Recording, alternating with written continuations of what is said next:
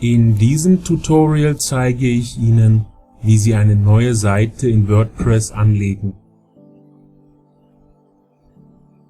Dazu loggen Sie sich bei WordPress ein und gehen auf den Menüpunkt Seiten. Alle vorhandenen Seiten werden hier aufgelistet. Um eine neue Seite hinzuzufügen, klicken Sie auf den oberen Button Erstellen. Im Feld Titel geben wir den Namen der Seite ein, das in diesem Fall über uns ist. Wenn der Inhalt wie in diesem Fall über die gesamte Breite der Seite gehen soll, also ohne Seitenleiste, dann muss dies noch unter Content Layout mit der Auswahl 100% ganze Breite festgelegt werden. Mit dem Klick auf Veröffentlichen wird die neue Seite von WordPress erstellt.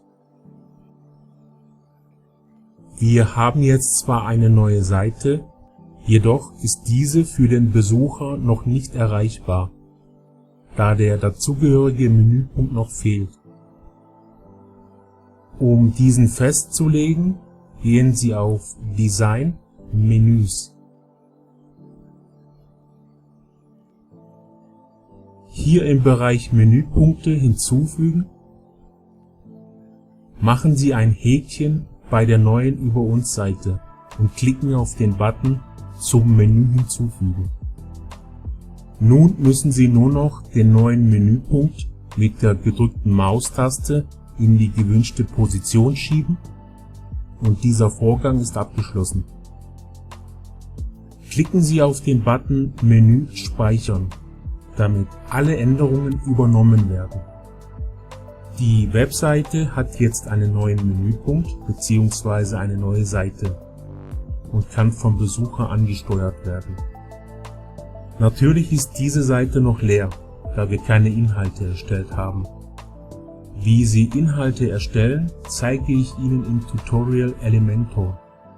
Schön zu sehen ist aber, dass der Kopf- und Fußbereich, der mit dem Customizer erstellt wurde, automatisch übernommen wird, so dass bei einer neuen Seite nur der eigentliche Inhalt erstellt werden muss.